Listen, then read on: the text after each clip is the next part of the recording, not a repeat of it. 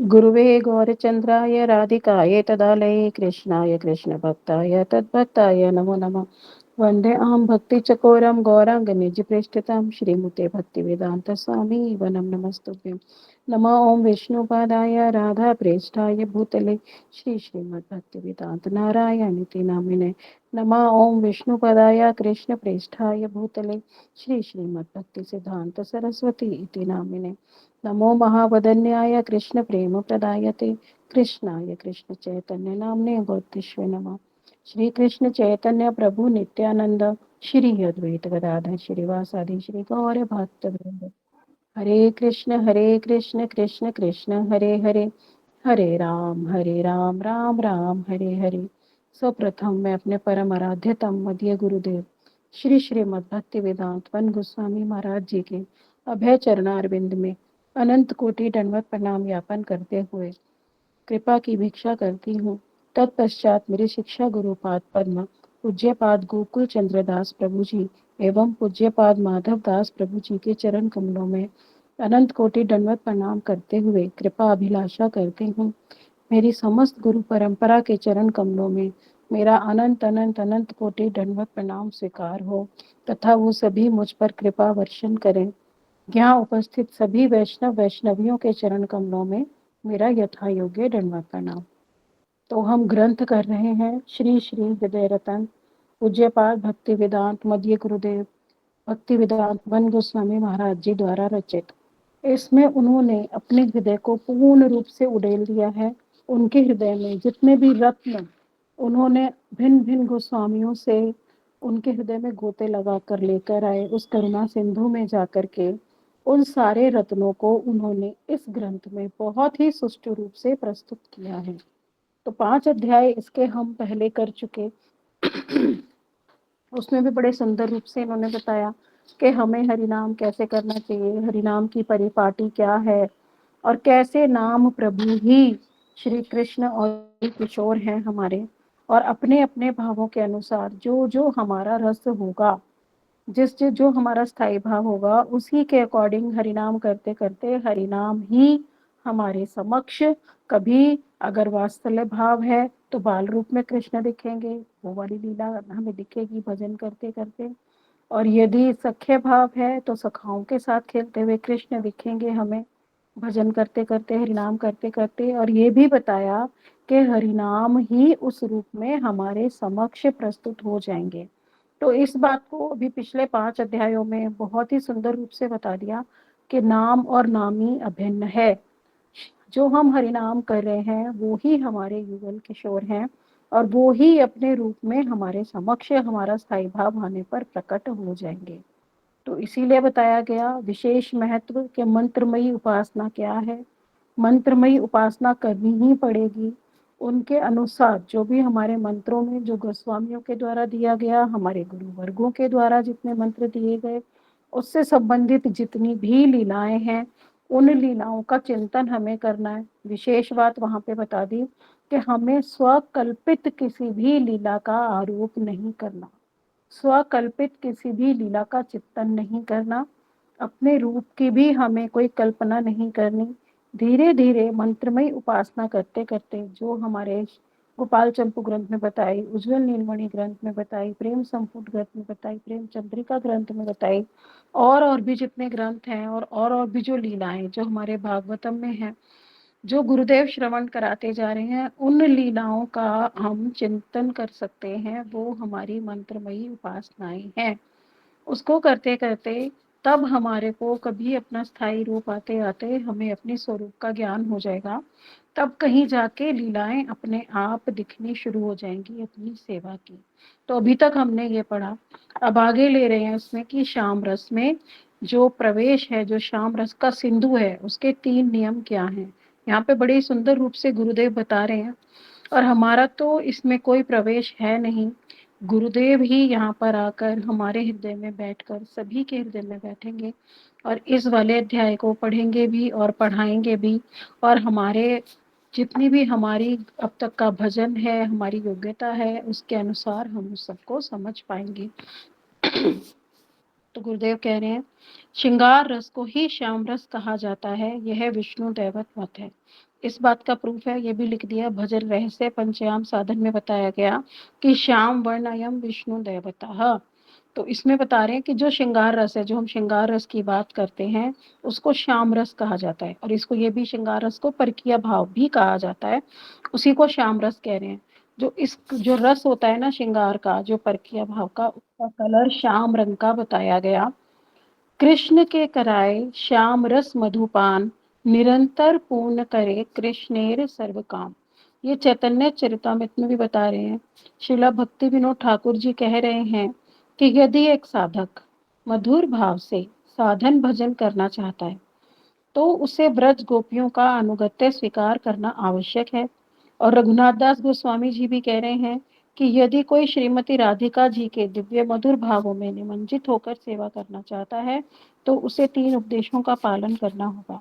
ये 3 उपदेश हमने भक्त भक्ति भगवान ग्रंथ में भी पढ़े और श्री श्री हृदय रतन ग्रंथ में भी हम बार बार ये 3 उपदेश पढ़ते आ रहे हैं कि जो भी परकीय भाव में सेवा करना चाहता है, श्रीमती राधिका जी के अनुगत्य में आना चाहता है, उसको 3 वस्तुओं का पालन करना ही पड़ेगा और ब्रज गोपियों का अनुगत्य स्वीकार करना ही पड़ेगा।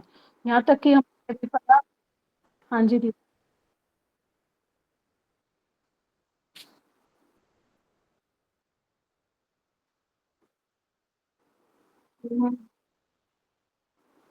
पता नहीं है, मेरे को तो ठीक आ रहा है नेट सारे, और आ रहे हैं क्लास भी पूरी चल रहे हैं। हम्म।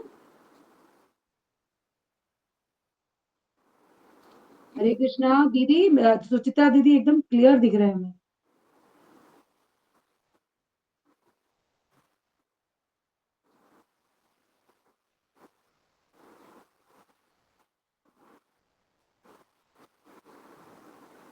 हाँ, क्योंकि मेरा तो सही है नेट।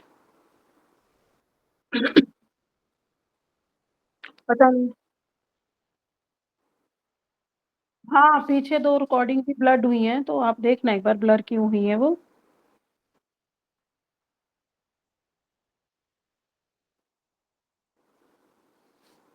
पता नहीं। चलो, देखो आप अपना लेंस क्लियर करके देख लो एक बार। हाँ जी, ठीक आ रहा है। चलो, अब करें स्टार्ट।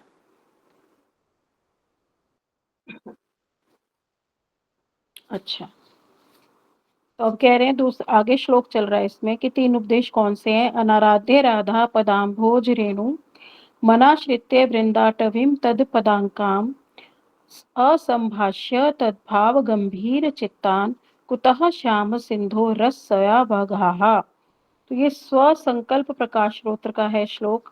इसमें कह रहे हैं जिसने श्री राधा पदाम्भोज रेणु की आराधना नहीं की, यानी जो राधा जी के चरणों की धूली है, उसकी जिसने आराधना नहीं की और जिसने उनकी पदांकित विहार स्थली श्री धाम वृंदावन का आश्रय नहीं किया, तो ये भी एक विशेष बात है। बार बार गुरुदेव बताते जा रहे हैं इस बात को कि हमें जो ब्रज में वास भी करना है या दर्शन करने भी जाना है या जहाँ पर भजन भी करना है, वो कौन सा स्थान होना चाहिए? राधा पदांकित भूमि।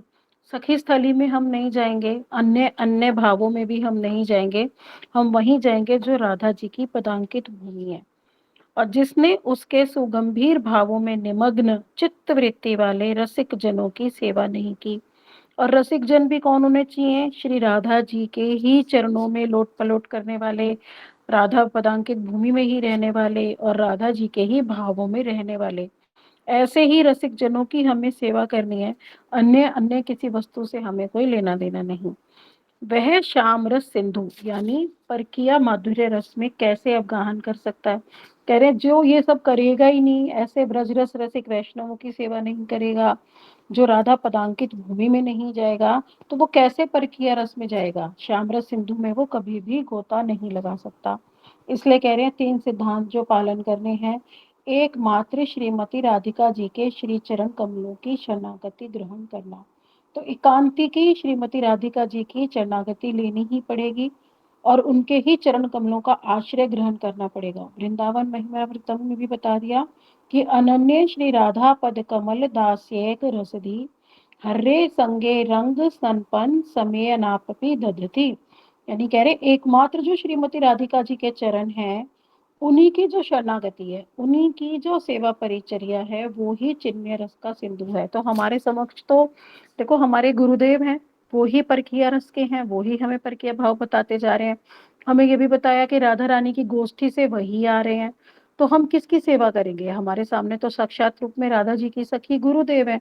और गुरु शब्द हमें यहाँ जड़ जगत में हम यूज करते हैं, आगे हमें जब हमें अपने स्वरूप का ज्ञान होता है तो उस बात को बताया जाता है कि जब हमें अपने स्वरूप का ज्ञान होता है तब हमें गुरु रूपा सखी के स्वरूप का भी ज्ञान होता है। तो चित्त धाम में गुरु शब्द का इस्तेमाल नहीं है, वहां पे है सखी, गुरु का नाम हो जाता है सखी। वो वहां पे गुरु हमारे क्या हो जाते हैं? सखी। तो हमारे सामने राधा जी की यहाँ पे हमारे गुरु रूप में, तो उनकी सेवा रस करना पड़ेगा, हमें सेवा परिचर्या करनी पड़ेगी, उनकी शरणागति करनी पड़ेगी, और वो ही हमें कृपा करके राधा जी के चरणों में ले जाएंगे। यदि कोई इस दिव्य रस सिंधु में प्रवेश की अभिलाषा रखता है तो स्वप्न में भी एक बात ये भी है, बहुत बड़ी बात है ये, कि श्री कृष्ण के संग भोग विलास की कामना नहीं रखनी चाहिए। बहुत से लोग है ना, जो मतलब अभी परकीय भाव की यहाँ पे बात हो रही है, जो राधा जी की पाल्यदासी बनना चाहते हैं, वो कभी भी अपने मुख से ये नहीं कहेंगे कि मेरे तो कृष्ण ही कांत हैं, या मुझे तो कृष्ण के साथ अपना नृत्य दिखता है, या हम इमेजिन इमेजिन भी नहीं करेंगे कि कृष्ण के साथ हम स्वतंत्र रूप से विहार कर रहे हैं, कोई झूला झूल रहे हैं, कोई नौका विहार कर रहे हैं। ऐसा कुछ भी सोए हुए मन में भी ऐसा विचार कभी भी प्रवेश नहीं करना चाहिए। अरे एकमात्र श्रीमती राधिका ही मेरी स्वामिनी है और उनके चरण कमल ही मेरा नित्य आश्रय है, ऐसा ही दृढ़ संकल्प करके साधन भजन प्रारंभ करना चाहिए। हमें देखने में आता है वृंदावन में भी बहुत से साधक हैं जो कहते हैं कि हमें तो कृष्ण दिखते हैं, हमने तो कृष्ण के साथ हाथ मिलाया, हमने तो कृष्ण के साथ चुंबन किया। तो वो सब गलत है। और जो सहजिया संप्रदाय हो जाता है वो भी ऐसे ही। और कुछ लोग तो ऐसे भी हैं, बाबा जी संप्रदाय का बताया जाता है कि वो परकीय भाव का स्वादन यहीं पे करने लगते हैं जड़ जगत में ही। तो वो सब व्यभिचार मात्र है। वैसी स्थितियों में हमें नहीं जाना है। उज्जवल नीलमणि ग्रंथ में बहुत सुंदर रूप से रूप गोस्वामी जी बता भी रहे हैं कि कैसे राधा जी टेस्ट करती हैं एक मंजरी को। राधा जी कृष्ण को मंजरी के पास भेज देती हैं, वो फूल चुन रही होती है कि जाओ और तुम, तो वो उसको छेड़ने लगती है मंजरी को, चलो चलो हम घूमते हैं विहार करते हैं। तो वो प्रार्थना करने लग जाती है, नहीं कृष्ण तुम मुझसे दूर ही रहो, मेरी तो स्वामिनी एकमात्र राधा रानी है। तो ये टेस्ट होता है, इस टेस्ट में जब वो क्लियर हो जाती है तब उसके बाद राधा रानी उसे अपना मंजरी पद देती हैं, उसे अपनी दासी स्वीकार करती हैं। तो ये हमें बार बार गुरुदेव कूट कूट के हमारे अंदर भरते जा रहे हैं कि हमें कृष्ण से अलग से संभोग की स्वतंत्र रूप से कभी भी कामना नहीं रखनी है। हमें सिर्फ राधा रानी की दासी की भावना रखनी है। अगर हम राधा रस सुधानिधि ग्रंथ पे जाएं और उसको देखें तो उसमें बताया गया मंजरियों की कितनी श्रेष्ठ सेवा है, कितनी श्रेष्ठ। कैसे वो राधा जी जब रूस जाती हैं तो कृष्ण को मनाते, कृष्ण जब रूस जाते हैं तो राधा जी को मनाना, कैसे उन दोनों का संगम कराना, और उस संगम में जिस रस का आस्वादन राधा रानी करती हैं वही रस एज इट इज मंजरियों को भी आस्वादन होता है। इसी के लिए हमें बार बार रूप गोस्वामी जी की भी कथा बताई कि कैसे राधा जी ने तांबूल चबाया था, और वो कृष्ण ने कैसे वो राधा जी को चुंबन किया था, यहाँ पे उनके मार्ग था चुंबन का, और वो मार्ग रूप मंजरी के गाल पे भी था। तो इससे ये प्रूफ होता है कि जो मंजरियां हैं वो राधा रानी टॉप मोस्ट भाव। मैंने गुरुदेव से एक बार प्रश्न किया था, जो हमें बता दिया कि मादनाख्य महाभाव एकमात्र राधा रानी की संपत्ति है, अन्य किसी मंजरी में नहीं, अन्य किसी में नहीं, अन्य किसी सखियों में नहीं, किसी महिषियों में नहीं, किसी में भी नहीं, किसी गोपी में नहीं। तो वो एकमात्र मादनाख्य महाभाव राधा रानी की संपत्ति। तब मैंने गुरुदेव से प्रश्न किया था, मैंने कहा गुरुदेव क्या फिर इस जब हम कह रहे हैं तत् तत् भाव इच्छामयी, यानी जो राधा रानी को जो भाव आ रहे हैं वो ही एज इट इज जब मंजरियों में प्रकाशित हो रहे हैं, तो क्या फिर वो जो मादनाख्य महाभाव है वो फिर मंजरियों में भी प्रकाशित होता है? तो गुरुदेव ने कहा हाँ। तो ये देखो, अगर वो टॉप मोस्ट भाव का आस्वादन करना है जो एकमात्र राधा रानी की संपत्ति है, तो उनकी पाल्य दासी बनकर ही उसका आस्वादन संभव है। तो यही गुरुदेव ने बताया है कि अगर टॉप मोस्ट में जाना है, हम लोग कितने भाग्यशाली हैं कि जो कृष्ण और राधा जी का टॉप मोस्ट भाव है, उसकी भी प्राप्ति संभव है अगर हम गुरुदेव के आदेश अनुसार अपना भजन साधन करें, सीरियस होकर करें, तो टॉप मोस्ट भावों की प्राप्ति हम कर लेंगे। सेकंड पॉइंट बता रहे हैं, श्री चंद्रावली के कुंज सखी स्थली से दूर रहें। अब सखी स्थली से तो दूर रहना पड़ेगा, ये तो हमें बार बार बता रहे हैं। श्रीला रघुनाथ दास गोस्वामी जी का दूसरा निर्देश कि ब्रज में ही वास करना है, तिष्ठन रजे। किंतु ये महत्वपूर्ण बात है कि ब्रज में रहना कहाँ है, उसके लिए बता दिया, यत्र आधिपत्यम वृषभानु पुत्रया यनोदयेत प्रेम सुखम जनानाम यस्मिन् माशा बलवन्तयन्तो अस्मिन् ममास्तु वृंदावन एव वासः। ये वृंदावन अष्टकम का श्लोक है कि जिन जिन स्थानों पर वृषभानु नंदिनी का आधिपत्य है, उन्हीं स्थानों पर मेरा नित्य निवास हो। जिस वृंदावन के द्वारा भक्त जन मात्र में भगवत संबंधी प्रेम सुख प्रकट हो सकता है, उसी वृंदावन में मेरी बलवती आशा है, अतः मेरा नित्य निवास उस वृंदावन में ही होता रहे। तो हमें इधर उधर वृंदावन में कहीं नहीं जाना। बहुत सारी स्थलियां हैं, सखी स्थलियां भी हैं, अन्य अन्य स्थलियां भी हैं, फिर सखी बेखी संप्रदाय भी हैं, फिर सहजिया संप्रदाय भी हैं। तो हमें वृंदावन में कहीं नहीं जाकर एकमात्र राधा पदांकित भूमि, वो हमारा अभी आगे बताएंगे इसमें कौन कौन से स्थान है। तो ब्रज में हम किसी भी स्थान पर वास नहीं कर सकते, एकमात्र हमें राधिका जी का ही प्रीति विधान करना है। तो इसीलिए जो रघुनाथ दास गोस्वामी जी थे, राधा कुंड के तट पर ही भजन करते थे। एक बार का विषय बता रहे हैं कि वो भजन कर रहे थे, तो एक ब्रजवासी बड़े से दोने में एक कुछ मट्ठा लेकर आया। तो रघुनाथ दास गोस्वामी ने पूछा कि इतना बड़ा दोना आप कहाँ से ले आए। तो उन्होंने कहा कि आज मैं चंद्रावली के स्थान पर गया था, सखी स्थली, तो वहीं पर मुझे बड़े पत्ते वाला दोना मिला। तो यह सुनते ही रघुनाथ दास गोस्वामी बहुत क्रोधित हुए। उन्होंने छड़ी उठाई और कहा कि तुझे जिसे मारने डोले कि तुम चंद्रावली के स्थान पे गए, वो तो मेरी राधा जी की प्रतिद्वंदी है, तुम वहां कैसे गए मेरी राधा रानी के प्रतिद्वंदी के स्थान पर, और वहां से दोना ले आए मेरे, मुझे नहीं चाहिए ये छाछ, ले जाओ वापस। तो एकमात्र श्रीमती राधिका जी के प्रति अनन्य निष्ठा की ऐसी बहुत सी घटनाएं हमें शास्त्रों में मिलती हैं। इसीलिए धाम पर में हम अपनी इच्छा से किसी भी स्थान पर नहीं रह सकते हैं। हमें राधा पदांकित भूमि पर रहना होगा, जहाँ पर उनकी मधुर अति मधुर लीलाएं हुई, जैसे निधिवन, सेवा कुंज के पास, टेर कदम, निकुंज वन, राधा कुंड और गिरिराज गोवर्धन। तो ये वाले स्थान हैं, इन्हीं स्थानों पर हम परिक्रमाओं में जाते हैं गुरुदेव के साथ में। तो इन्हीं वाले स्थानों पर हमें रहकर भजन करना होगा। हमारे सभी गोस्वामियों ने इन्हीं सभी स्थानों पर वास करते हुए साधन भजन किया, और ये सारे स्थान श्रीमती राधिका के चरण चिन्हों से भी मंडित हैं। देखो, सबसे ज्यादा टॉप मोस्ट तो बताया राधा कुंड, क्योंकि राधा कुंड में किसी की एंट्री ही नहीं है, एकमात्र राधा रानी और उनकी सखियों की ही एंट्री है। अगर हम गोवर्धन की भी बात करें, तो जहाँ पे वासंतिक लीला संपन्न हुई थी चंद्र सरोवर के निकट, तो वहां पर भी सारी सखियां थी, है ना। पर वहां पे क्या है, सिर्फ ऐसा नहीं था कि राधा जी की सखियां थी, वहां पे सारी थी, चंद्रावली आदि सखियां भी थी। और पर ये श्रुतिचरी मुनिचरी ये जो थी ना, ये नहीं थी वहां पे, साधन सिद्धा गोपियां नहीं थी जो वासंतिक रास हुआ। गोवर्धन में नित्य सिद्ध गोपियां थी, साधन सिद्धा नहीं थी। साधन सिद्धा जो गोपियां थी, वो जो हमारा शारदीय रास हुआ यमुना जी के किनारे, वो वहां पर थी साधन सिद्धा। वहां पे जनक की कन्या भी थी, श्रुतिचरी भी थी, मुनिचरी भी थी, साधन सिद्धा गोपियां भी थी, और जो स्वर्ण सिताएं थी वो भी थी।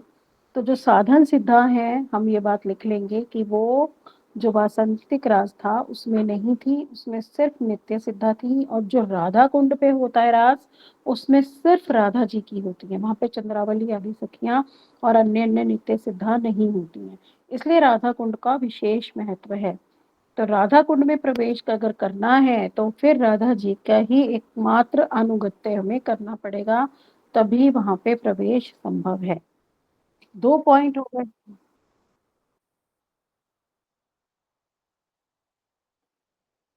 हम्म। जो साधन सिद्धा गोपियां, श्रुतिचरी मुनिचरी जनकपुरी की कन्याएं और स्वर्ण सीताएं, वो होती हैं, और दंड कारण्य के ऋषि, वो है साधन सिद्धा।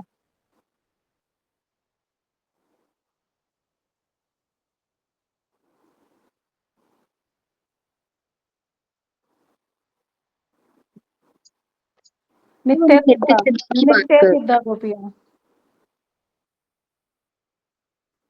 नित्य, नित्य सिद्धा वासंतिक रास में। और ऐसा नहीं है, जो हमारा शरद शारदीय रास भी है उसमें नित्य सिद्धा और साधन सिद्धा दोनों है, उसमें सारी ही गोपियां हैं, उसमें सारी हैं। वासंतिक रास में साधन सिद्धा छट गई, वो नहीं थी। और जो फिर हमारा जो राधा कुंड पे रास होता है उसमें नित्य सिद्धा में भी जो दूसरी दूसरी गोपियां हैं वो हट गई, एकमात्र राधा एकांतिक निष्ठा वाली गोपियां वहां पे है राधा कुंड पे, और किसी का प्रवेश नहीं है वहां। 2 पॉइंट हो गए अब हमारे। एक है कि एकांतिक निष्ठा राधा जी के प्रति, और दूसरा राधा पदांकित भूमि में वास। तीसरा बता रहे हैं ब्रज रस रसिक साधुओं का संग। तो इसमें भी बता दिया कि जो राधा कृष्ण के मधुर भावों में विभावित रहते हैं, ब्रज रस रसिक साधु हमारे गुरुदेव, ऐसे ही साधुओं का हमें संग करना है, और उन्हीं साधुओं से हमें हरि कथा श्रवण करनी है। साधन भजन सिद्धि लागा लागी ताय, लिंग भगे वस्तु सिद्धि तोमार कृपाए। इसको बड़े ध्यान से सुनेंगे। ये यहाँ पर ये हमारी स्थिति बताई जा रही है कि कैसे हमें वस्तु सिद्धि की प्राप्ति होगी। वस्तु सिद्धि क्या है? जो हमारा यहाँ पे ब्रह्मांड में ही जो प्रकट लीला है, प्रकट लीला में जो श्री कृष्ण का लीला चल रही है, किसी भी ब्रह्मांड में, अनंत कोटि ब्रह्मांडों में चल रही है, अनंत कोटि ब्रह्मांडों में अभी रह भी गई, समाप्त हो चुकी है। जैसे हम जिस ब्रह्मांड में रह रहे हैं, तो यहाँ पे भी दृश्यमान प्रकाश है। तो जो वस्तु सिद्धि की स्थिति है उसको कहा जाता है प्रकट लीला में प्रवेश। तो उसको बता रहे हैं, उसका क्रम क्या है, कैसे होगा। तो गौर हरि से कह रहे हैं हरिनाम चिंतामणि में, हे गौर हरि, आपकी कृपा से साधना में साधन भजन और भजन की सिद्धि वाली स्थिति बहुत निकट हो जाती है, अर्थात दोनों में अंतर बहुत कम हो जाता है। तो कह रहे जब आप कृपा कर देते हो ना, तो जो साधक साधन कर रहा है, तो जो वो साधन कर रहा है और जो उसकी सिद्धि है, दोनों में इतनी निकटता आ जाती है, इतना कम अंतर रह जाता है। और यही नहीं, आपकी कृपा से साधक का सूक्ष्म शरीर का आभास समाप्त हो जाता है और उसे स्वरूप सिद्धि की प्राप्ति हो जाती है। ये वाली स्थिति हमारी आएगी भाव दशा। यहाँ तक मार्क कर लोगे जिनके पास बुक है, जो पहला स्टेंजा है कि स्वरूप सिद्धि की प्राप्ति हो जाती है, इसको ये वाली हमारी भाव दशा आ रही है जब तक इसी शरीर में है हम, जो अभी इस शरीर में साधन हो रहा है उसकी स्थिति आ गई ये वाली भाव दशा। अब आगे जो बता रहे हैं, भौतिक आवरण से मुक्त होकर ही पारमार्थिक सिद्धि लाभ होती है। जब साधक दिव्य श्री युगल के रस अनुसंधान के प्रति अनुशासित हो जाता है, तब उसके साधन और भजन सिद्धि के मध्य अंतर समाप्त हो जाता है, और शीघ्र ही साधक अर्थात सेवक का सिद्ध स्वरूप साकार होने लगता है। यानी जब उसकी भाव दशा आ जाती है, तो वो नित्य उनकी सेवा करने लगता है, नित्य धाम में जाकर। तो उसकी जो सिद्धि प्राप्त होनी है उसमें और इस शरीर में अंतर बिल्कुल खत्म हो जाता है। उसका भौतिक आवरण, जैसे एक सांप अपनी केंचुली उतार देता है ना, देखने में तो लगेगा वो कि साधक ही है, पर जैसे हमारे गुरुदेव है इसका उदाहरण, ठीक है, उनकी हम ये तो नहीं कहेंगे हमारे जैसी देह है, जबकि देखने में हमारे जैसे ही लग रहे हैं, खा भी रहे हैं, पी भी रहे हैं, सब कुछ कर रहे हैं वो, पर उनका देह चित्त है। तो इसीलिए कह रहे हैं उसका देह भी चित्त हो जाता है। उसका देह ऐसा नहीं रहता, उसका देखो लिंग शरीर भी नष्ट हो जाता है, बता दिया ना पे, लिंग भंगे यानी स्थूल शरीर भी गया और सूक्ष्म शरीर भी चला गया। श्री युथेश्वरी की करुणा से वह भगवान श्री कृष्ण के आकर्षण से विह्वल हो जाता है। फिर वो बहुत ज्यादा तड़पने लगता है उनके लिए कि उसे बस कृष्ण चाहिए। तो उसकी प्रगाढ़ पारमार्थिक आसक्ति उसके समस्त मिथ्या स्थूल और सूक्ष्म देह के उन अभिमानों को निर्मूल कर देती है। तो जो हमें सूक्ष्म देह प्राप्त हुआ, जो सूक्ष्म देह प्राप्त हुआ जिससे हम बहिर्मुख हो गए थे और भौतिक जगत में आ गए थे, तब क्या होता है, भजन करते करते साधक की ऐसी अवस्था आती है कि वो उसी शरीर में, उसका स्थूल शरीर और सूक्ष्म शरीर नष्ट हो जाता है, और फिर उस समय जीवात्मा अपने सिद्ध स्वरूप के साथ ब्रज में वस्तु सिद्धि लाभ करता है। तो जो प्रकट लीला हो रही होती है, जहाँ पे भी इसी ब्रह्मांड में तो किसी भी ब्रह्मांड में फिर उसको क्या होता है, वस्तु सिद्धि उसी को कहते हैं जो प्रकट लीला में प्रवेश हो जाता है। यहाँ तक सबको क्लियर हो गया? आगे चले।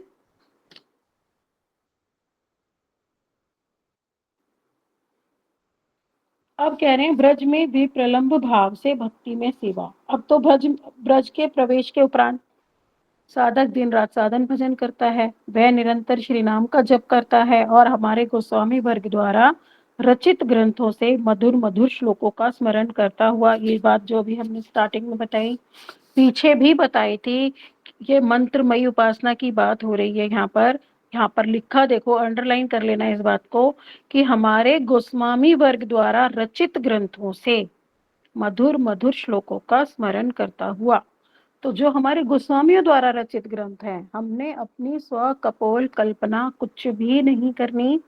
मंत्रमयी उपासना में जो गोस्वामियों ने बताया उन्हीं लीलाओं का चिंतन करना है।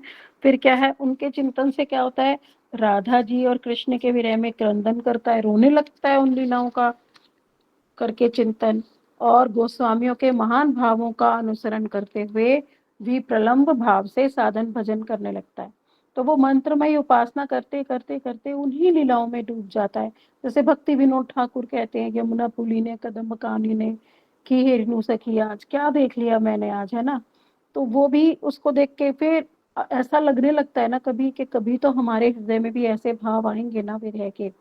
तो फिर जब वो उनको मंत्रमय उपासना करते करते उन भावों में जब चला जाता है, उसको फिर राधा रानी, जैसे हम गीत गोविंद अगर करें, गीत गोविंद की बात, तो जयदेव गोस्वामी जी जो बता रहे हैं उसमें कि राधा रानी माँ कुरु माननी मानमय धीर समीरे यमुना तीरे, या फिर ललित लवंग लता परिशीलन, जितने भी सारे हैं उसमें सारे के सारे विरह भाव बताए हुए, कि तुम जा क्यों नहीं रही हो, कृष्ण से मिल क्यों नहीं रही हो, कृष्ण मिलना चाहते हैं, तुम मिलन क्यों नहीं कर रही। तो जब साधक उनमें डीपली उतर जाता है, और डीपली उतरने पर उसको खुद ही रोना आ जाता है, वो रोने लग जाता है। जैसे इसके विषय में मैंने पहले भी आपको बताया था कि जब मेरी बेटी इस पे नृत्य कर रही थी, माँ गुरु माननी मानमय, तो वो उसको गाती गाती नृत्य करती करती ही इतनी डीप उतर गई उसमें कि वो रोने लगी कि राधा जी तुम मिल क्यों नहीं रही, खुद भी तड़प रही हो, वहां कृष्ण तड़प रहे, जबकि उसका कोई भजन नहीं, उसको कुछ पता नहीं, पर उस भजन की रिपीटेशन से, रिपीट करते करते बार बार प्रैक्टिस करते करते उसे खुद रोना आ गया कि राधा रानी मिल क्यों नहीं रही है, क्यों नहीं मिल रही थी, क्यों इतनी तड़प रही है, मिलना भी चाहती है फिर भी नहीं मिल रही। जब एक साधारण व्यक्ति को, जैसे मेरी बेटी तो बहुत साधारण है, उसी को रोना आ गया, तो सोचो जो साधन कर रहे हैं उसकी प्राप्ति के लिए जो कर रहे हैं, वो कितना रोते होंगे उन भावों में जाके, कि कैसे उनका विरह होगा, वो तो उस विरह की अनुभूति ही कर लेते होंगे बिल्कुल, कि कैसे इतना चित्रण गोस्वामी वर्गों ने दिया है ना हमारे, कि अगर हमने इनको ग्रंथों को ठीक ठीक रूप से पढ़ लिया तो ही, और अगर उसमें हम मंत्रमय उपासना में चले गए, तो ऐसा लगेगा कि क्या विरह है राधा रानी का, क्या विरह है श्री कृष्ण का। तो क्या करते हैं, वो खुद ही उसमें विरह उनको होने लगता है, और वो खुद भी रोने लगते हैं, रोते रोते फिर उनका साधन भजन विप्रलंब भाव से होने लगता है विरह में, उन्हें भी कृष्ण और राधा का विरह महसूस होता है, और वो भी फिर विरह करने लगते हैं। तो ये प्रोसेस भजन से ही धीरे धीरे समझ में आएगी कि विरह क्या वस्तु है। जैसे जैसे हम जानना चाहेंगे तो गुरुदेव अवश्य ही हृदय में प्रकाशित करेंगे इस बात को। अब आगे बता रहे हैं षट गोस्वामियों की भजन प्रणाली। उनकी भजन प्रणाली कैसी है, इसको भी बड़े ध्यान से सुनेंगे। हे राधे व्रज देवी के च ललिते हे नंद सूनो कुतः, श्री गोवर्धन कल्प पादप तले कालिंद बनिए कुतः, घोषनाताविति सर्वतो ब्रजपुरे खेदैर मधार बिहवलो, वंदे रूप सनातनो रघुयुगो श्री जीव गोपाल को। कह रहे हैं, मैं उन षट गोस्वामियों की वंदना करता हूँ जो ये कहते हैं, क्या कहते हैं, ऐसे करते हुए भजन करते हैं रूप गोस्वामी और सनातन गोस्वामी, कि हे ब्रज की पूजनीय देवी राधिके आप कहाँ हो, हे ललिते आप कहाँ हो, हे ब्रज कुमार आप कहाँ हो। तो ऐसे वो क्रंदन करते हैं गोस्वामी लोग, ऐसे ही नहीं वो टेर कदम में बैठे, ऐसे ही नहीं वो राधा कुंड पे बैठे, ऐसे ही नहीं वो कहीं पे हम देख रहे कि वहां पे रूप सनातन बैठे थे, वहां पे गोस्वामी बैठे थे, रघुनाथ दास गोस्वामी बैठे थे, ऐसे ही नहीं बैठे थे। वो क्रंदन करते थे, वो चित्कार करते थे, हे ब्रजराज कुमार कहाँ हो, क्या आप गोवर्धन में कल्प वृक्ष के नीचे बैठे हो, अथवा कालिंदी के कमनीय कूल पर विराजमान वन समूह में भ्रमण कर रहे हो। इस प्रकार पुकारते पुकारते विरह जनित पीड़ा से महान विह्वल होकर ब्रजमंडल में चारों ओर भ्रमण करते रहते हैं। यहाँ 6 गोस्वामियों के नाम दिए गए, तो कैसे वो क्रंदन करते थे स्थान स्थान पर। हमने भी गुरुदेव से ये श्रवण किया। गुरुदेव कहते हैं कि अरे तुम ब्रज में आए हो, परिक्रमा कर रहे हो, क्यों इधर उधर देख रहे हो, किसने क्या पहना, किसकी क्या निंदा, कौन कैसा भजन। नहीं, ये देखो कि कभी तो यहाँ गौर सुंदर आए होंगे ना, कभी तो यहाँ से नित्यानंद प्रभु गए थे, कभी तो जहाँ हम खड़े हैं वो यहीं पर होंगे, कभी तो वो इन्हीं वृक्षों के पास होंगे। जहाँ विद्यानगर में जा रहे हैं, अच्छा यहीं पर महाप्रभु आते थे। चंपा घाटी में हम गए, अच्छा यहाँ पे गौर गदाधर के साथ वो लीला का आस्वादन करते थे। यहीं पर बैठकर उन्होंने जयदेव गोस्वामी जी ने लिखा गीत गोविंद। और ये कितना सुंदर स्थान है, क्या फीलिंग होती होगी उनकी। आज ही इतना सुंदर स्थान है, उस समय कितना सुंदर होगा, क्या पता आज भी वो लीला का आस्वादन करने के लिए यहाँ बैठे हो।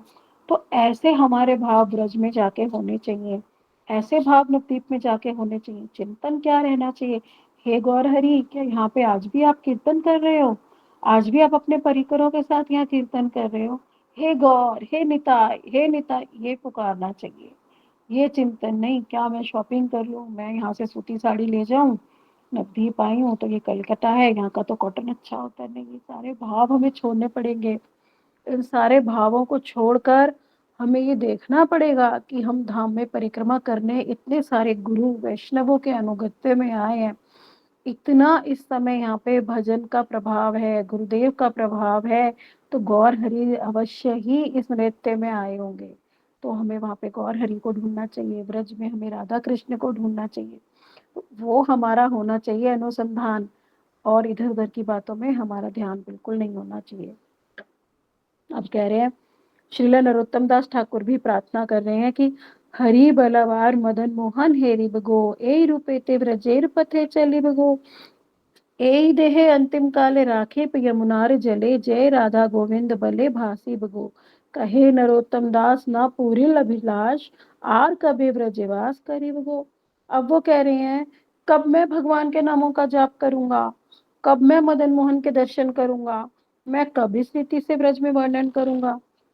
तो ये ऐसा भाव हमें क्यों बताया जा रहा है, ये देखो हमें वो बता रहे हैं क्योंकि हमें आरोपित करने, ये लोग तो सब नित्य सिद्धि हैं, और ये लोग साधन अवस्था में आके हमें दिखा रहे हैं कि साधकों का साधन कैसा होना चाहिए। तो हमारे भाव ऐसे होने चाहिए कि अपने देह के त्याग के समय मैं अपनी देह को सहज भाव से यमुना जी के जल में रख दूंगा, और राधा गोविंद कहते हुए यमुना जी के जल में तैरता रहूंगा। और कह रहे हैं, विलाप कर रहे हैं कि हाय ब्रजवास की मेरी अभिलाषा पूर्ण ही नहीं हुई, मैं कब ब्रज में वास करूंगा। यानी वो कह रहे हैं मैं ब्रज में हूँ और पवित्र नाम का जप कर रहा हूँ, ब्रज के पथ पर गमन करता रहूंगा, और जीवन के अंत समय में देह को यमुना जी को भी समर्पित कर दूंगा कि मैं उसमें तैरता रहूंगा। किंतु मुझे कब दर्शन होंगे कि ठाकुर जी मुझे दर्शन कब दोगे तुम, कब मेरा ऐसा सुदिन आएगा कि मैं ब्रज में हूँ, मुझे लगे कि आप यहाँ हो, मैं आपके दर्शन कर पाऊं। ऐसे तड़प होनी चाहिए ब्रज में जाके। गुरुदेव कहते भी हैं वहां पे, जब सारे महाराज जी लोग बोलते हैं कि लताओं पताओं को तोड़ना मत, हाथ मत लगाना, ये सब साधु हैं, ये सब तपस्या कर रहे हैं। जैसे हम देखते हैं सिद्ध बकुल, देखा ना हमने वहां पे, कितना सुंदर है सिद्ध बकुल, सारा ऊपर से हरा है और कितने विस्तार से फैला हुआ है, पर अंदर से बिल्कुल खोखला है। तो क्या वो दिखता नहीं कि वो सिद्ध है, कोई ना कोई तो है ना वो जो भजन कर रहा है। और हरिदास ठाकुर जी को आश्रय दिया उसने, कि उसके उसमें उन्होंने स्थान पे कैसे धूप में वो कथा करते थे, कैसे धूप में वो अपना हरिनाम करते थे, तो सिद्ध बकुल उन्हें छाया देता था। महाप्रभु ने वो बनाया, वो सारी लंबी कथा है। फिर इसीलिए कह रहे हमें धाम में जाकर ऐसा क्रंदन करना चाहिए। इसलिए नहीं कि हम धाम में आए हैं, हम यहाँ से धूप अगरबत्ती खरीद लें, यहाँ से कपूर ले जाएं, यहाँ से ये ले जाएं, वो ले जाएं हम यहाँ से, इसलिए नहीं। ठीक है, वो हमें अपने साधन के लिए लेना है, ठाकुर जी की सेवा के लिए लाना है, पर मेन उद्देश्य होना चाहिए कि हम जब ब्रज में आए हैं या नवद्वीप धाम में आए हैं, तो हम कहें कहाँ हो ठाकुर जी, हे राधा रानी आप कहाँ हो, मुझे दर्शन क्यों नहीं हो रहे आपके। तड़पना चाहिए उन दर्शनों के लिए, हमें वो तड़प आनी चाहिए। एक बार पूज्यपाद भक्तिवेदांत सिद्धांति गोस्वामी महाराज जी से मैंने श्रवण किया था, ब्रजमंडल में कार्तिक के दौरान वो क्लास कर रहे थे, तो वो कह रहे थे बड़े उदास से बैठे थे, तो हमने पूछा महाराज जी क्यों उदास बैठे थे, अरे मैं सोच रहा हूँ, मैं इतने समय से यहाँ पे आ रहा हूँ, मुझे ठाकुर जी के दर्शन क्यों नहीं हो रहे। तो वो हमें दिखाने के लिए वो भाव बता रहे थे कि हमें भी ऐसे भाव अपने अंदर लाने चाहिए कि हमें ठाकुर जी के दर्शन क्यों नहीं हो रहे। ये सब लीला करते हैं हमारे गुरुवर्ग हमें बताने के लिए कि हमें भी तो आभास हो। हम भी तो यही सोचे वहां जाके कि ठाकुर जी दर्शन तो दो, कहाँ हो आप। इसलिए बता रहे हैं बार बार, ये गोस्वामियों जैसा भजन करना है हमें वहां जाके। अब कह रहे हैं स्थूल और सूक्ष्म शरीर का क्षय। तो शिला भक्ति विनोद ठाकुर जी ने हरिनाम चिंतामणि में भजन प्रणाली का सुस्पष्ट रूप से वर्णन किया। वो कह रहे हैं धीरे धीरे साधक को सिद्ध स्वरूप की अनुभूति होती है, और लिंग भंग के अंतर्गत वह अनुभव करता है कि उसका स्थूल और सूक्ष्म शरीर धीरे धीरे क्षय हो रहा है, और साधारण जीव इस वस्तु को नहीं जान पा रहा कि यह किस प्रकार घटित हो रहा है। तो गुरुदेव ने इसका बड़ा सुंदर एग्जाम्पल दे दिया, जैसे एक सांप अपनी केंचुली को उतार देता है और फिर भी वो चलने लगता है सशरीर। इसी प्रकार से जो साधक है, जब उसके स्थूल शरीर का नाश होता है तो वो अपनी चित्त देह में आ जाता है, और जो उसकी स्थूल देह है वो ही चित्त देह में परिवर्तित हो जाती है। देखने में तो हमें वैसा ही लगेगा वो, जैसे हमें गुरुदेव दिखते हैं अपने, पर वो चित्त देह प्राप्त कर लेता है। अब वो क्या करता है, अपने शरीर को तो त्याग त्याग कर देता है। अब क्या होता है, राधा कृष्ण के प्रति विरह का अनुभव करता है अपनी चित्त देह से, चित्त देह की प्राप्ति हो जाती है उसे। और तब योग माया जी की कृपा से उसका जो स्थूल शरीर और सूक्ष्म शरीर तो क्षय हो गया, और संसारिक लोग उसे उसी देह में देख रहे हैं और वो सोचते हैं कि ये तो वही है पुरानी देह। किंतु योग माया जी की कृपा से वो उसको सिद्ध देह को नहीं देख पाती, जबकि वो साधक अब सिद्ध देह में होता है। और केवल उन्नत कोटि के भगवत भक्त ही देख सकते हैं कि किस प्रकार महाभागवत जन सदैव अपनी चिन्मय देह में ही अवस्थान करते हैं। जैसे अब हमने देखा कि बहुत से लोग कहते हैं वो वाले गुरु जी तो महाभागवत है, अरे वो वाले महाभागवत है। अरे हम बताएंगे कौन महाभागवत है, हमने कौन सा वो स्थिति प्राप्त कर ली। एक महाभागवत ही तो बताएगा ना कि कौन महाभागवत है। हम तो कदापि नहीं बता पाएंगे, क्योंकि हमारा तो अपना साधन भजन ही नहीं, अभी तो हमें अपने ही स्वरूप का ज्ञान नहीं है, तो हम कैसे बताएंगे। तो इसीलिए कह रहे हैं कभी भी हम साधकों को ये टिप्पणी नहीं करनी चाहिए कि कौन महाभागवत है और कौन महाभागवत नहीं है। किसी भी गुरु के विषय में, किसी भी साधक के विषय में, किसी का भजन हम नहीं जानते, किसी से हम वो नहीं जानते, किसी से हम परिचित नहीं है। इसलिए जो महाभागवत है वो ही बता पाते हैं। तो तभी कह रहे हैं कि वो ही बता पाएंगे कि किस व्यक्ति ने अपनी सिद्ध देह प्राप्त कर ली।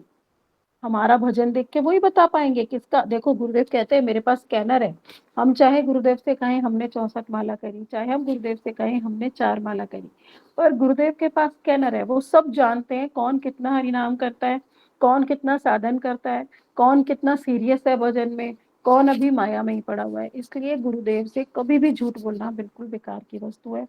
उनके पास तो स्कैनर है हमारा, तो वो ही देखकर बता देंगे किसका भजन वास्तव में सुष्ठु रूप में चल रहा है, कौन वास्तव में अच्छे रूप से भजन कर रहा है, और किसको कितनी मात्रा में भजन में प्राप्ति हो गई। तो वो ही धीरे धीरे धीरे अनुभव होता चला जाएगा। इसीलिए कह रहे हैं कि माँ भागवत जन ही बता पाएंगे कि कौन से साधक ने अपनी सिद्ध देह को प्राप्त कर लिया है।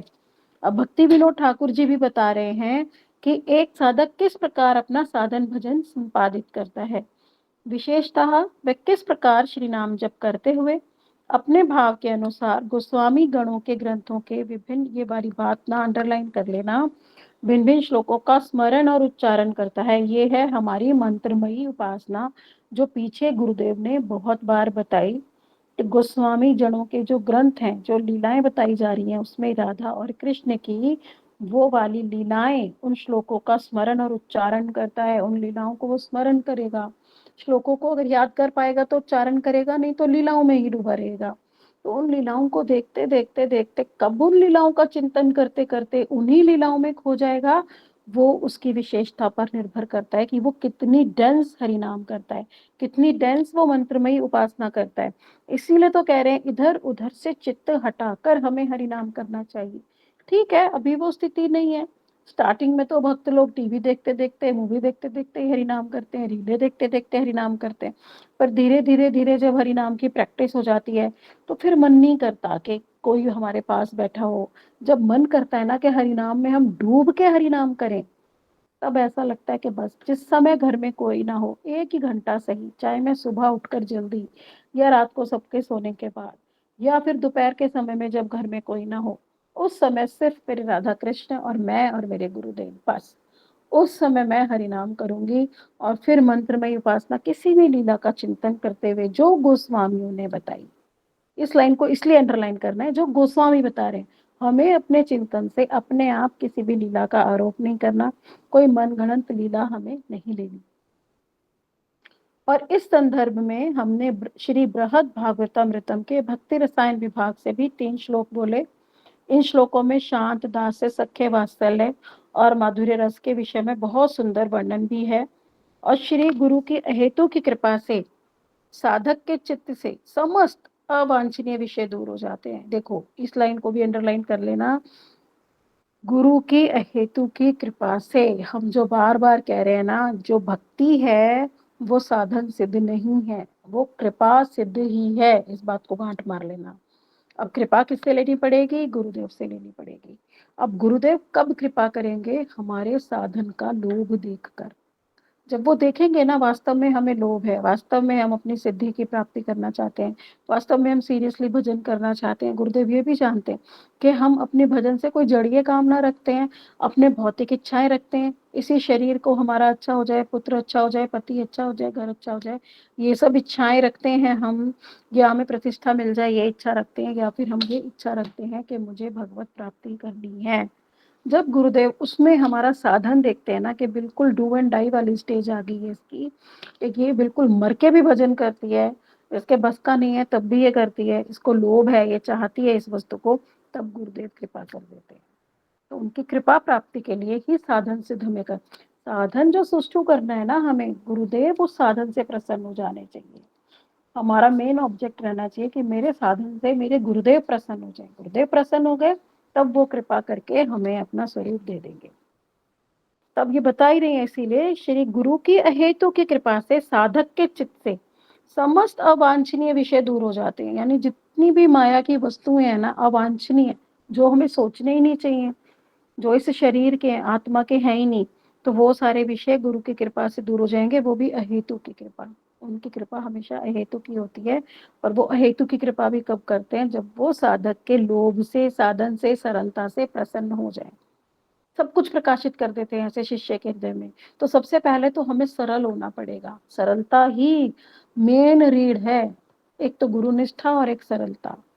अगर हम नहीं करते ना हरि नाम, तो गुरुदेव से कहो गुरुदेव हम नहीं करते, गुरुदेव मैंने कुछ नहीं किया, हमें दिखाने की आवश्यकता नहीं है वहां के, हाँ गुरुदेव मैं कर रही हूँ, है ना। ऐसा सरल हृदय होना चाहिए, ऐसी सरलता पे ही गुरुदेव मुग्ध हो जाते हैं।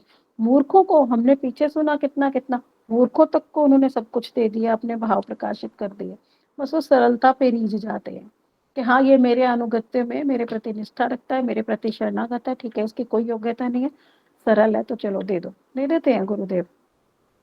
तो कह रहे हैं वो क्या करता है, धीरे धीरे अपनी सिद्ध चित्त देह की अनुभूति करने लगता है। जब साधक की ये वाली स्टेज आती है ना, इस स्टेज को कहते हैं भाव अवस्था।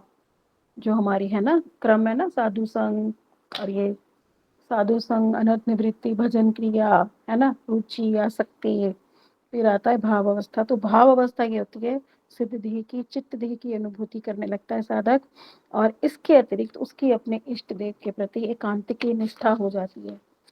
इस विषय में हम देखो, ये वाला ग्रंथ ना ऐसा विवेचन कहीं और अभी तक मिला नहीं कभी भी।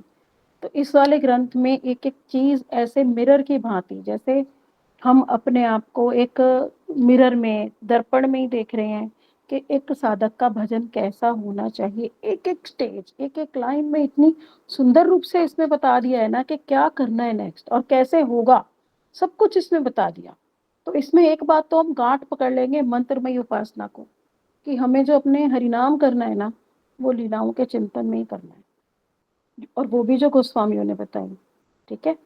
अब कह रहे हैं कि किस प्रकार से एक ब्रज माधुरी के अभिलाषी साधक को द्वारका आदि का ध्यान परित्याग करके, द्वारका का ध्यान नहीं करना, ये भी कई बार बताया, और एकमात्र ब्रज की जो ईश्वरी हमारी श्रीमती राधिका जी हैं, उन्हीं के श्री चरण कमलों के प्रति एकनिष्ठ होकर और समर्पित होकर संपूर्ण रूप से और ऐसे ही अपना साधन भजन करना है।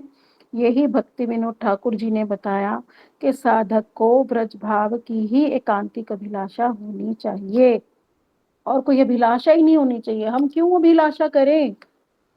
हमारी है तो देखो, अभी हमारी बद्अवस्था है, अभिलाषाएं तो हैं, अभी तन मन धन तीनों की अभिलाषाएं हैं हमारी।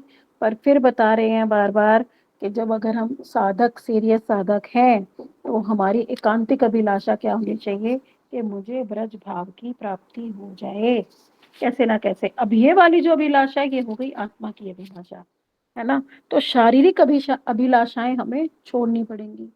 तो धीरे धीरे इसकी हमें प्रैक्टिस करनी पड़ेगी। पहले तो हम अपने भोगों को कम करें, अपनी इच्छाओं को कम करें। सबका तो कुछ भी नहीं है, कुछ भी नहीं है, सब कुछ एक मरीचिका मात्र है। जैसे जो सीता जी का भी वर्णन आता है ना कि सोने का मृग है, क्या सीता जी को नहीं पता था वो सोने का है और सोने का मृग नहीं होता? या फिर श्री राम को नहीं पता था कि सोने का मृग होता ही नहीं है, पर लीला करनी थी इसलिए करी। तो इसी तरह हमें भी पता है कि इस सब से हमें कुछ मिलेगा नहीं, है ना। सब कुछ हमें पता है कि शरीर की अभिलाषाओं से हमें कुछ नहीं मिलेगा, इससे कुछ नहीं मिलेगा, भजन से ही मिलेगा। तो हमें आना पड़ेगा इस बात पे कि एकमात्र आत्मा की जो वस्तु है, आत्मा के लिए ब्रज भाव ही अभिलाषा होना चाहिए। अन्य अन्य अभिलाषाओं को धीरे धीरे धीरे भजन के माध्यम से प्रार्थना करें हम गुरुदेव से, महाप्रभु से, राधा रानी से कि आप कृपा कर दो मेरी ये अभिलाषाएं चली जाए, मेरी इंद्रियां बलवती हो रही हैं, आप कृपा कर दो मेरा इंद्रियों पे कंट्रोल हो जाए, मेरा मन ना करे इधर उधर चलने का, इधर उधर भागने का, इधर उधर फालतू की शॉपिंग करने का। बड़ा समय नष्ट होता है उसमें। हे राधा रानी कृपा कर दो, हे गुरुदेव कृपा कर दो, मेरा बड़ा समय नष्ट होता है रीलें देखने में, मेरा बड़ा समय मैं नष्ट करती हूँ इधर उधर करने में। तो हम जब प्रार्थना तो करें ना, रोज कम से कम प्रार्थना करेंगे तो अवश्य ही वो कृपा करेंगे। क्यों नहीं करेंगे? कृपा तो वो करेंगे। तो प्रार्थना हम करें दिन में 3 बार, जैसे हम अपनी संध्या करते हैं ना, आर्निक करते हैं, ऐसी 3 बार हम प्रार्थना भी करें कि प्रार्थना कर दो कि हमारे गुरुदेव हम पे कृपा करो, हम ये जो हम इच्छाएं है ना ये सब कंट्रोल में आ जाए, ये सब खत्म होके एकमात्र ब्रज भाव की ही हमारी एकांतिक अभिलाषा रह जाए। अब हरिनाम चिंतामणि में बता रहे हैं आगे कि जीव की भक्ति की उन्नति के इस स्तर का वर्णन तो शब्दों में किया जा सकता है। अब यहाँ तक तो बता दिया जी शब्दों में कि कैसे उसको जो है अपनी सिद्धि की अनुभूति होती है। किंतु इसके बाद कृष्ण भावनामृत की ओर उसकी जो उच्च अवस्थाएं हैं वे वर्णनातीत हैं, यानी उनका वर्णन करना, जो उसकी और हायर स्टेज जाएगी साधक की, उसको हम एक्सप्लेन अब नहीं कर सकते। और वे वाली जो अवस्थाएं हैं श्री राधा कृष्ण की कृपा के द्वारा ही प्रकाशित होती हैं, उन अवस्थाओं को हम बता भी नहीं सकते। अब चैतन्य चरितामृत के मध्य लीला के 8वें अध्याय में प्यार में बताया 228 से लेके 230 में श्री राय रामानंद जी ने कि अनर्थ भक्तों की रागानुगा भजन प्रणाली क्या है। अब जो अनर्थों से मुक्त रागानुगा भक्त, ये समझ लेंगे हम इस बात को। कोई मुझे बताएगा? ये बात मैं पहले भी कई बार बता चुकी, इसका मतलब क्या है बताओ अगर किसी को समझ आ रहा है तो। पहले कई बार बताया मैंने कि जो अनर्थों से मुक्त भक्त हैं वो कौन है? नहीं बताना। शुद्ध भक्तों को कहते हैं, ठीक है। जो अनर्थ से मुक्त होंगे वो होंगे शुद्ध भक्त।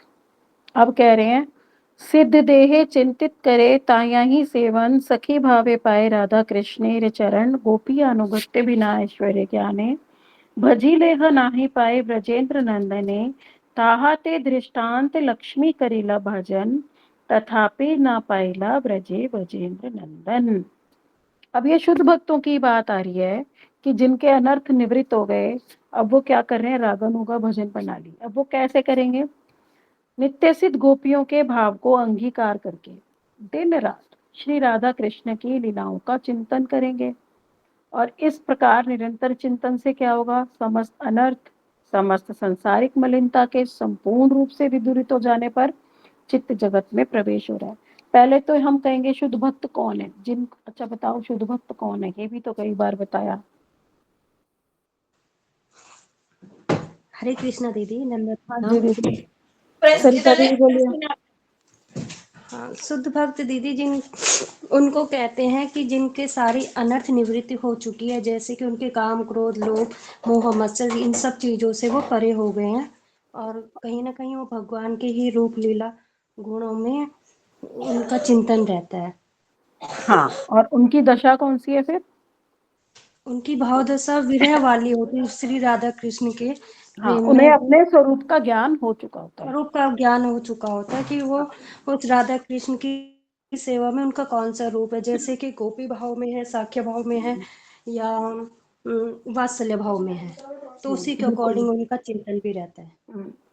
बिल्कुल ठीक बताया आपने कि शुद्ध भक्त क्यों कह रहे हैं, क्योंकि उसको अपनी भाव सिद्धि हो गई, स्वरूप का ज्ञान हो गया, स्थायी भाव आ गया। अब उसे पता है मेरा नित्य लीला में क्या काम है, मेरी क्या सेवा है, उसी के अकॉर्डिंग फिर वो चिंतन करता है। ठीक है, ठीक बताया आपने। उन्हीं की बात की जा रही है यहाँ पे। तो क्या करेंगे वो? सिद्ध देह के द्वारा तो उन्हें युगल सेवा का अवसर प्राप्त हो जाता है, और गोपियों के अनुगत्य के बिना, अब कह रहे हैं गोपियों का अनुगत्य अगर नहीं किया ना तो नंद महाराज का पुत्र श्री कृष्ण मिलेगा ही नहीं। अगर अपने से सेपरेट चाहा कि श्री कृष्ण मिल जाए, नहीं मिलेंगे। राधा रानी की कृपा से ही कृष्ण मिलेंगे। ऐश्वर्य ज्ञान बुद्धि से विधि मार्ग के द्वारा भजन करने पर तो राधा कृष्ण के चरण कमलों की प्रेममयी सेवा मिल ही नहीं सकती। देखो यहाँ बिल्कुल क्लियरली बता दिया कि जो लोग कहते हैं कि हम तो विधि मार्ग से प्राप्ति कर लेंगे, उनको कदापि मिलेंगे नहीं। जो कहते हैं कृष्ण ही मेरे गुरु हैं, जगत गुरु, कृष्ण को ही गुरु बना लिया, जिसने गुरु को धारण ही नहीं किया, तो गुरु रूपा सखी से ही नहीं मिले, तो उसको परिपाटी ही नहीं पता चली, गोपियों का अनुगत्य ही नहीं किया, तो उन्हें कदापि श्री कृष्ण की प्राप्ति होगी नहीं। अब इसका उदाहरण भी दे रहे हैं हमारी लक्ष्मी देवी ने डायरेक्ट कृष्ण से मिली और बोला कि मुझे तुम्हारे रास में प्रवेश चाहिए, और कृष्ण ने कह दिया गोपियों के अनुगत्य के बिना तो तुम रास में नहीं आ पाओगी। तो आज भी वो तपस्या कर रही है, कितने युग हो गए उन्हें तपस्या करते हुए, किंतु उन्हें श्री कृष्ण के रास में स्थान नहीं मिला, तो वो प्रेममयी सेवा को गोपियों की तरह प्राप्त नहीं कर पाई। जब लक्ष्मी देवी को ही नहीं मिला जो कि वैकुंठ में है, जब उन्हें ही गोकुल की प्राप्ति नहीं हुई, तो फिर साधक की क्या वो वस्तु है ना, नहीं मिलेगा। बिना राधा रानी के अनुगत्य के, बिना गुरु के अनुगत्य के कदापि संभव नहीं कि युगल किशोर की प्राप्ति हो जाए। अब भक्ति विनोद ठाकुर जी भी कह रहे हैं, भक्ति विनोद ठाकुर जी का नाम बार बार इसलिए आ रहा है यहाँ पर क्योंकि ये वाला ग्रंथ हमारा हरिनाम चिंतामणि से लिया गया। तो हरिनाम चिंतामणि जो ग्रंथ है वो भक्ति विनोद ठाकुर जी ने लिखा है। अब कह रहे हैं गोपियों के चरण कमलों का आश्रय करे बिना ब्रज में साधन भजन संभव ही नहीं है। और गौड़ीय विचारधारा में हम विशेषकर श्रीमती राधिका जी की पाल्यदासी बनना चाहते हैं। तो राधा रानी की पाल्यदासी बनना है हमें, तो उनकी पाल्यदासी बनने के लिए सारे की यहाँ पर अब तक जितने सारे हमें बताए गए, वन बाय वन चैप्टर 1 से लेके हम पढ़ते चले जा रहे हैं। राधा एकांत की निष्ठा रखनी है, हमें ब्रज में वास करना है, वो भी राधा पदांकित भूमि में। और हमें क्या करना है? ब्रज रस रसिक वैष्णव जो भी राधा रानी के अनुगत्य में हो उन्हीं से हरि कथा का श्रवण करना है। मंत्रमय उपासना भी करनी है, तो हमारे 6 गोस्वामियों की जो बता दिया उनकी करनी है। रागानुगे परिपाटी क्या है वो भी हमारे रूप गोस्वामी बता रहे हैं, जो रघुनाथ दास गोस्वामी बता रहे हैं, उस वाली परिपाटी का हमें पोषण करना है। तो हमें क्या करना है? अपना स्वकल्पित कुछ भी आरोप नहीं करना, एकमात्र जो हमारे गोस्वामी बताते जा रहे हैं, गुरुदेव बताते जा रहे हैं, उस परिपाटी को, ग्रंथों को हम सामने रखेंगे। माधुर्य कादम्बिनी ग्रंथ हमारा बहुत सुंदर ग्रंथ है, उसमें पूरा बताया गया स्टेज बाय स्टेज क्या है। जैव धर्म ग्रंथ हमारा, उसमें पूरा क्लियर करके बता दिया हमारे जीव का धर्म क्या है ना। फिर उज्जवल नीलमणि ग्रंथ, उसमें सारे 96 प्रकार के नायक बताए, 360 प्रकार की नायिकाएं बताई। तो क्या कहीं हमें अभाव है? हमें अभाव कहीं भी नहीं है। हमें इतना भर भर के पूज्यपाद नारायण गोस्वामी महाराज देकर गए, और ये अब इन ग्रंथों में पूज्यपाद भक्ति वेदांत वन गोस्वामी महाराज भी हमें दे रहे हैं। इतना सुंदर रूप से हमें बताते जा रहे हैं, भावों को खोल के एकदम सीधी सिंपल भाषा में। फिर भी हम अगर ना समझें तो दोष किसका है? तो हमें ये सब समझने का प्रयास करना चाहिए। जो इतना सब हम समय भी दे रहे हैं, इन ग्रंथों को पढ़ने में समय दे रहे हैं, हरिनाम कर रहे हैं, एकादशी कर रहे हैं, वैष्णव सेवा कर रहे हैं, परिक्रमा कर रहे हैं, तो हम सब ये प्रार्थना करेंगे गुरुदेव से, वैष्णवों से, कि हम पर कृपा करें, ये वाले भाव हमारे हृदय में आए, हम भी सुष्ठु रूप से एक लोभमयी भक्ति कर सकें। हमें लोभ तो आ जाए, कम से कम एकमात्र लोभ रह जाए कि हाँ हमें ब्रजरस की प्राप्ति करनी है, और कोई लोभ ना रहे। इस संसार का लोभ ना आए हमें कि मुझे इस संसार में प्रतिष्ठा मिल जाए, ऐसा कुछ भी ना आए। और गुरुदेव ऐसी कृपा कर दो कि हमारा हृदय इतना सरल, इतना पवित्र हो जाए कि इसमें एक ही अभिलाषा रह जाए कि हमें ब्रज भाव की प्राप्ति हो जाए। जब ये लोभ रह जाएगा ना, फिर हमारा भजन हो ही जाएगा, फिर साधन सुष्ठु रूप से हो ही जाएगा। हम सब यही प्रार्थना करते हैं गुरुदेव से कि वो हम सभी पर ऐसी कृपा वर्षण करें, जो भी हम सब उनके अनुगत्य में पठन पाठन कर रहे हैं, ऐसे भाव हमारे हृदय में भी प्रकाशित हों। निताई गौर प्रेमानंदे, हरि हरि बोल। वाञ्छाकल्पतरुभ्यश्च कृपा सिन्धुभ्येव च पतितानां पावनेभ्यो वैष्णवेभ्यो नमो नमः। शिला गुरुदेव की जय, वैष्णव वृंद की जय। जय जय श्री राधे।